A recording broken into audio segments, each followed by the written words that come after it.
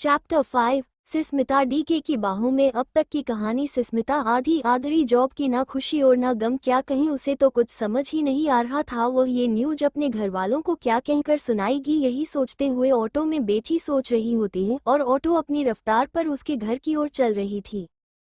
तभी नाज ने कहा से एक कार से सिस्मिता का ऑटो टकरा जाता है और इस वजह से उस ऑटो वाले का काफी नुकसान हो जाता है। उसे ऑटो वाले को चोट भी आती है और सिस्मिता को भी। इस बार सिस्मिता थोड़ा गुस्से से भर जाती है कि आज का दिन कितना बेकही है, एक भी काम ढंग का नहीं हो रहा और वह उस ऑटो से निकलकर तमतमाते हुआ उस करवाले की तरफ बढ़ती है और उस पर गुस्सा दिखाते हुए कहती है, सिस्मिता तुम्हारे पापा ने कार के साथ साथ सड़क भी खरीद कर दिया है क्या? वो लगातार अपने छोटे छोटे हाथों से उस कार के शीशे पर मरते हुए, निकल बाहर, निकल अभी बाहर। सिस्मिता के चेहरे पर इस वक्त बहुत ही गुस्सा था। तभी उस कार का डोर खुलता है और उसमें से एक हैंडसम सा लड़का बाहर आता है, जिसे देखते ही सिस्मिता का जो गुस्से का भाव था वो शौक में बदल जाता है और उसी पल उसका गुस्सा 7वें आसमान पर पहुंच जाता है। वो लड़का भी जो डीके था वह भी उसे देखकर शौक हो जाता है, पर उसे इस बार सिस्मिता पर कोई गुस्सा नहीं था क्योंकि इसे इस बार पता था कि उसकी वजह से ही उसके दादाजी आज जिंदा थे। अब कहानी की ओर आगे बढ़ते हैं। वो लड़का भी जो डीके था वह भी उसे देखकर शौक हो जाता है, पर उसे इस बार सिस्मिता पर कोई गुस्सा नहीं था क्योंकि इसे इस बार पता था कि उसकी वजह से ही उसके दादाजी आज जिंदा थे। और यही कारण था कि डीके सिस्मिता के इस तरह बोलने पर भी बिल्कुल ठंडे भाव के साथ वो सिर्फ उसे देख रहा था। पर शायद सिस्मिता का ऐसा कोई इरादा नहीं था। वो तो डीके को अपनी गुस्से भरी नज़रों से घूर रही होती है, जैसे वह अभी उसे खा जाएगी। और घूरे भी क्यों ना, आज उसके दिन को खराब करने की शुरुआत भी तो उसी से हुई थी। सिस्मिता उसे घूरते हुए कहती हैं, ओ मैं तो भूल ही गई थी, जिन्हें लोग दिन दहाड़े चोर नजर आते हैं तो उन्हें सड़क भी तो अपने घर की बालकनी ही नजर आ गई। हाँ, सही कहा ना मैंने। सिस्मिता गुस्से पर काबू ही नहीं कर पा रही थी। उसे इस वक्त इतना गुस्सा आ रहा था कि वो कुछ समझने बूझने की हालत में ही नहीं थी और उसे जो समझ में आ रहा था बस बोले जा रही थी। सिस्मिता उसे अपनी उंगली दिखाते हुए अपनी बात को आगे बढ़ती है।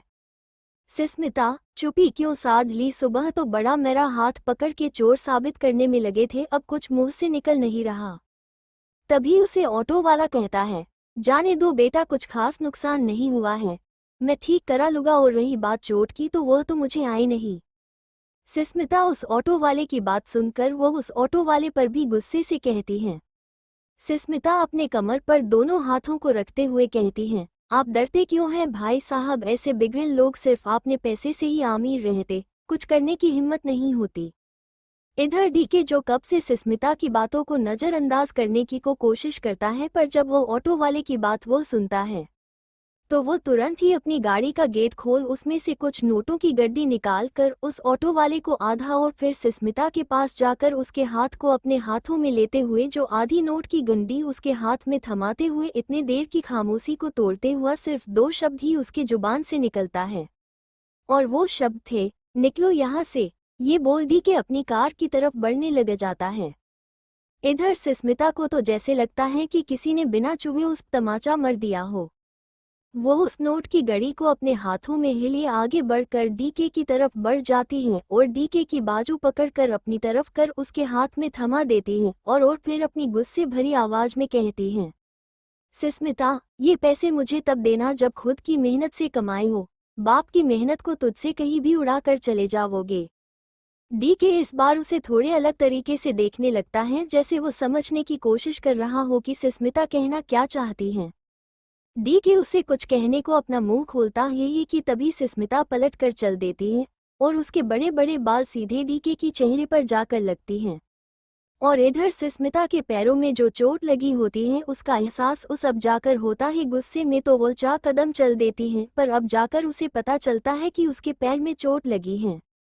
वो अपनी चोट की वजह से लड़खड़ा जाती है और जमीन पर गिरने को ही होती है कि उसका हाथ पकड़कर डीके उसे अपनी तरफ खींच लेता है। सिस्मिता को लगता है कि वह जाकर जमीन से लगने ही वाली है और इस वजह से वह अपनी आंखें बंद किए ही डीके के गले लग जाती है और इतने जोर का चिल्लाती है कि इस वक्त डीके को ऐसा लगता है कि अभी उसके कानों से खून बहने लगेगा और इस वजह से डीके उसे अपने आप से दूर करने लगता है। उसे अपने आप से इन झटके में दूर करने के चक्कर में डीके सुस्मिता से दूर तो नहीं होता, बल्कि दोनों ही राउंड करते हुए जमीन पर गिरने ही वाले होते हैं। एक बार फिर डीके अपने आप को और सुस्मिता को बचाने के चक्कर में दोनों कार के दरवाजे से जा लगते हैं। सुस्मिता डीके की बाहों में घिर सी जाती हैं, दोनों की निगाहें आपस में मिलती हैं। डीके सुस्मिता के इतने करीब होकर सिर्फ इतना ही कहता है, डीके क्या खूब है। सुस्मिता उसकी इस बात पर अपने बड़े बड़े आंखों से डीके को घूरने लगती हैं। डीके के उसे निहारने से और अचानक उसका बोलना उसे थोड़ा अजीब लगता है। क्या होने वाला है आगे की कहानी में, क्यों कहा डीके ने ऐसा? आगे जानने के लिए पढ़ते रहिए। जिद है तुझे अपना बनाने की। चैप्टर 6 निगाहों से निगाहों तक। अब तक की कहानी सुस्मिता को लगता है कि वह जाकर जमीन से लगने ही वाली है और इस वजह से वह अपनी आंखें बंद किए ही डीके के गले लग जाती हैं और इतने जोर का चिल्लाती हैं कि इस वक्त डीके को ऐसा लगता है कि अभी उसके कानों से खून बहने लगेगा और इस वजह से डीके उसे अपने आप से दूर करने लगता है। उसे अपने आप से इन झटके में दूर करने के चक्कर में डीके सुस्मिता से दूर तो नहीं होता, बल्कि दोनों ही राउंड करते हुए जमीन पर गिरने ही वाले होते हैं। एक बार फिर डीके अपने आप को और सुस्मिता को बचाने के चक्कर में दोनों कार के दरवाजे से जा लगते हैं। सुस्मिता डीके की बाहों में घिर सी जाती हैं, दोनों की निगाहें आपस में मिलती हैं। डीके सुस्मिता के इतने करीब होकर सिर्फ इतना ही कहता है, डीके क्या खूब है। सुस्मिता उसकी इस बात पर अपने बड़े बड़े आंखों से डीके को घूरने लगती हैं। डीके के उसे निहारने से और अचानक उसका बोलना उसे थोड़ा अजीब लगता है। कहानी की ओर आगे बढ़ते हैं। डीके का उसे निहारना और उसका अचानक बोलना उसे थोड़ा अजीब लगता है।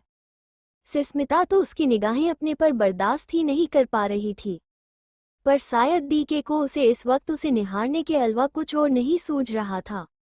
असल में डीके सुस्मिता की सादगी उसकी खूबसूरती में जैसे खो ही जाता है, और सुस्मिता थी भी उतनी ही सुंदर। हीरोइन है वो हमारे कहानी की, तो उसे तो हर किरदार से खूबसूरत होना ही होगा। इस दूसरी मुलाकात में डीके ने सुस्मिता को अब जाकर इतने करीब से देखा था। उसके चेहरे के हर हिस्से को डीके ऐसे देख रहा था मानो वो उसे अपने माइंड में स्टोर कर रहा हो। उसकी बड़ी बड़ी आंखें जिसमें नाम मात्र है काजल लगाया गया था, उसकी छोटी पतली सी नाक, गुलाबी होठ जिस पर हल्की सी लिपस्टिक, उसके सुंदरता को देख ही डीके से रहा नहीं गया और असह्य उसके मुंह से निकल पड़ा कि क्या खूब है। सुस्मिता उसकी इस बात को सुन अपनी आंखों में गुस्सा भरते हुए वो उसे खुद से दूर करने की कोशिश करने लगती हैं, पर शायद डीके का तो इरादा ही नहीं था उसे अपनी बाहों से आज़ाद करने का, और डीके उसे छोड़ता नहीं, उसी अवस्था में खड़ा रहता है। पर तभी डीके के कंधे पर किसी की हाथ महसूस होते हैं। अब जाकर डीके को होश में आता है और वह अचानक ही सुस्मिता को छोड़ देता है, जिसे वह कार से जा टकराती है। उसे चोट भी लगती है। वो उसकी छोटी बहन अवनी बेझिझक डीके के कान में जाकर कहती है, भाई आपको वो इतनी पसंद आ गई है जो आप उन्हें छोड़ नहीं रहे हैं। डीके उसकी इस बात को सुन थोड़ा असहज महसूस करता है। सुस्मिता का तो शायद आज सिर्फ चोट खाना और शौक होना ही लिखा है। सुस्मिता एक बार फिर डीके के ऊपर चिल्लाते हुआ आगे बढ़ती है।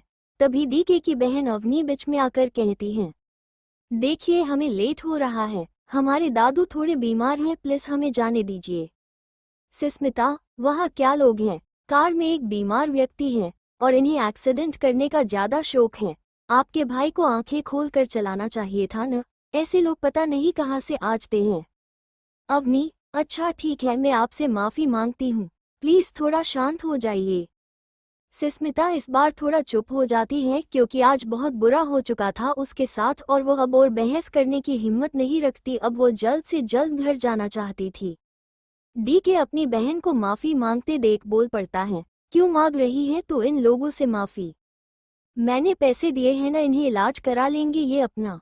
अवनी उसे अपनी आंखों के इशारे से दिखाते हुए जमीन की तरफ इशारा करती है, जिसे देख डीके समझ जाता है कि वह क्या कह रही है। असल में जो पैसे उसने सुस्मिता को दिए थे वह पैसे तो उसने वापस लौटा दिए थे और उसे सहमलने के चाकर में पैसे जमीन पर गिर गए।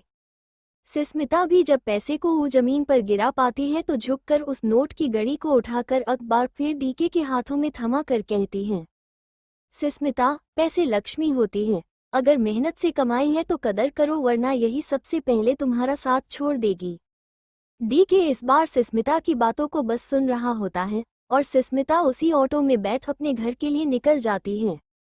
डीके उसे जाते हुए देखता ही रह जाता है। अवनी उसे फिर से होश में लती है और चलने का इशारा करती है। डीके चुपचाप कार में बैठ जाता है और वर्मा मैंसन की तरफ रवाना हो जाता है। दोनों अपने अपने घर पहुंच जाते हैं। सिस्मिता का घर।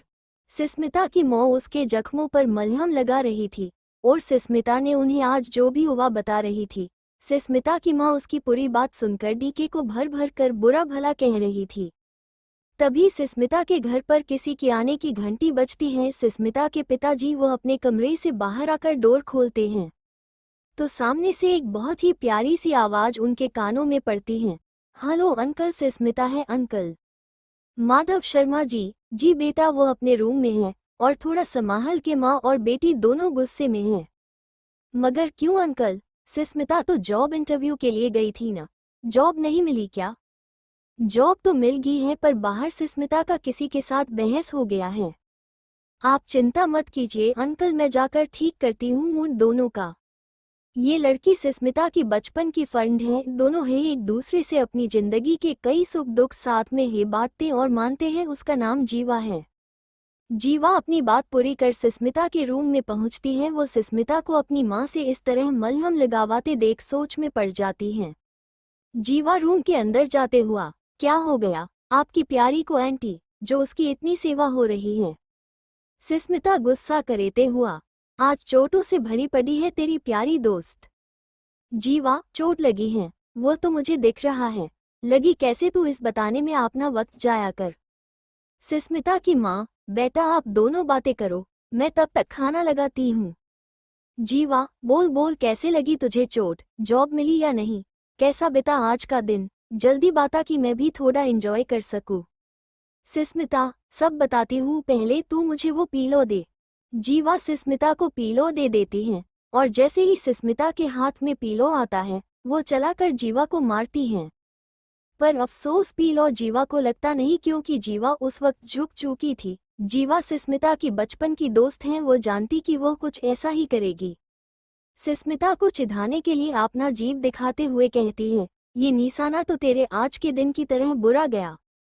सिस्मिता गुस्से में, मेरा दिन बुरा गया? मुझे चोट लगी फिर भी तुझे अपने एंजॉय की पड़ी है।